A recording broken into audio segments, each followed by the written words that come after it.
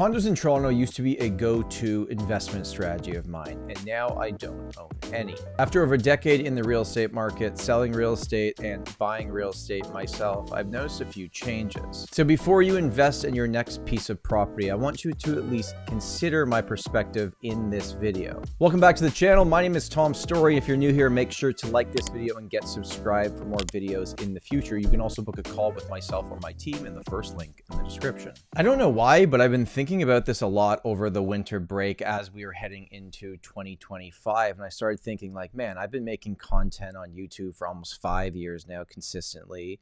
I've become known as one of the go-to condo people here in the city of Toronto. And I was like, whoa, I don't actually own any more condos. And I felt like it was maybe time to make a video on it and tell you why. I bought my first property in 2015. It was a $360,000 condo in downtown Toronto. And because of the time frame that I bought it, I did very well on it. Then I started investing in other condos. I bought brand new condos from the developer. I bought resale condos. I bought them by myself. I bought them with partners. The whole spectrum was pretty much covered. And you know what? I'm really, really happy I did. Many people will know that if you bought a condo or started investing in condos from the year 2000, really up to 2020, you look like a genius. You made a ton of money in net worth and it worked out really, really well. Your mortgage is probably almost paid off. You invested in the early 2000s and now you're just cash flowing every single month. But a lot of people learned a lot of hard lessons in the last 5 years because condo prices really haven't changed since about March 2020. They've gone up and down a few times, but they're kind of back where they started. Now, for myself personally, why I started liquidating all the condos that I had was mostly just because I was more focused on paying down the debt that I had on my primary residence and another cottage property I'd bought a few years ago, where it's like on paper, I thought like I was doing really well, but I started looking at the numbers. And if you want a real kind of awakening moment in your financial life, really look at the life of your mortgage and figure out how much money you're paying in interest every single month. And for me, it was like sitting down, looking at all this and going, okay, I had leveraged myself, not over leveraged, but leveraged myself. And honestly, it did really well for me for a long time. But I just started to think like, okay, instead of having all these different properties, because I was doing it in Toronto and really I was just hoping that they would go up in value, and they did for a long, long time and it worked really well. But then I started realizing like, okay, I'm just going to pay down. Like, wouldn't it be nice by the time I'm 40 years old, my house is paid off, my cottage is paid off, and then after that, I could start investing in the market again? There's really 3 reasons into the future I'm focused on freehold property here in the city of Toronto. Firstly, what I've learned is that more expensive doesn't mean less demand. Over the last few years, there's been thousands of condos for sale at much lower prices than the housing inventory on the market, but the housing inventory continued to move. At the end of 2024, if you looked at everything for sale in the city of Toronto, almost 70%, 70% was condominium properties.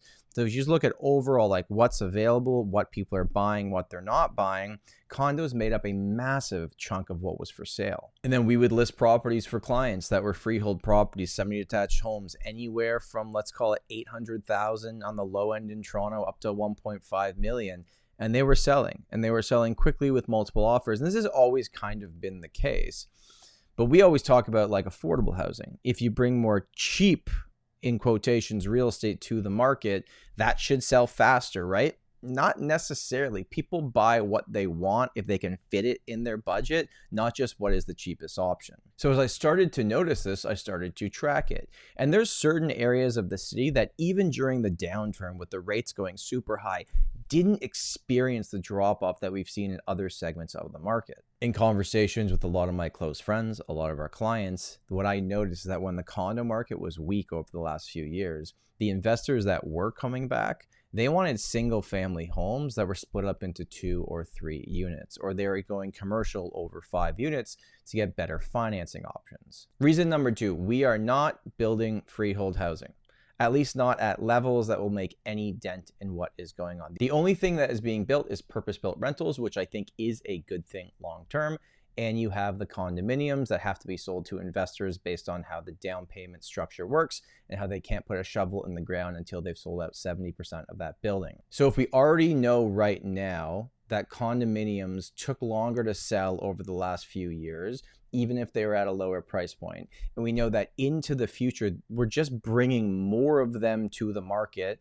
that a lot of the time were sold to investors to actually get built. Like, what do you think that's going to do to housing prices? The gap in price between the average condo and the average detached property here in the city of Toronto has grown almost 30% in the last 5 years. It's grown pretty substantially even before that. Now, I don't know if that percentage is going to continue into the future, but it seems like with new mortgage rules that have come in, it's just going to push up that entry-level freehold housing, which again, I understand that's a term that not everyone's going to like, but it is the reality here in the city of Toronto, that $800,000 to $1.5 million price point, which is a large price point. That's where everybody wants to buy. That's where they all want to be. And the third factor is that the condo market is so heavily influenced by investors. Some of them are long-term investors. Some of them are large corporations. Some of them are just someone buying an investment property because they thought it would be a good idea and didn't really know what they were getting themselves into. For the freehold market here in the city of Toronto, not all of it, but a good chunk of it, way higher than condos, is end users. That's their house. That's their primary residence. Something happened to them financially, or rates went up really high again and the numbers didn't make sense. They'd be selling off their condo property long before they'd be selling off the house that they actually live in. So to me, that means the freehold segment of the market is going to be a lot less volatile into the future, regardless of what happens with interest rates in the economy, just compared to the condo sector. We help people buy and sell condos in the city of Toronto every single week. Like every single day, we are showing condos or meeting with sellers thinking of selling them. So I'm not saying to you that nobody should be buying condos anymore. All I'm saying is for myself, there's 3 reasons where I'm looking into the future. For my retirement, for my net worth building, for everything else going on in my life, I want to own more freehold properties. But to put everything in perspective, I wouldn't have even been in this position now if I didn't buy condos several years ago. So right now, the condo market is balanced out, or it's pushing towards buyers, depending on what segment of the market you are looking at.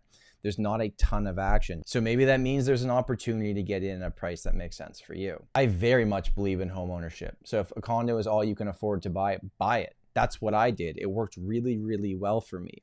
It's not even like an opinion that I care that the internet thinks the market's going to crash. Like, it's all good. Everyone can have their own opinions on what's going to happen. If you look at Stats Canada data for net worth for people at all different age brackets, it's not even close. Homeowners have more net worth. And you know what else we've learned? And I feel like a lot of people on YouTube that follow the housing market know this as well. The banks will extend amortizations. They will use all the tools they have in their toolbox, so you will keep making at least those interest payments because they don't want to deal with your property. Our government is loosening up how much property people can buy with less money down because they want to stimulate that lower end of the market and help first-time home buyers get in.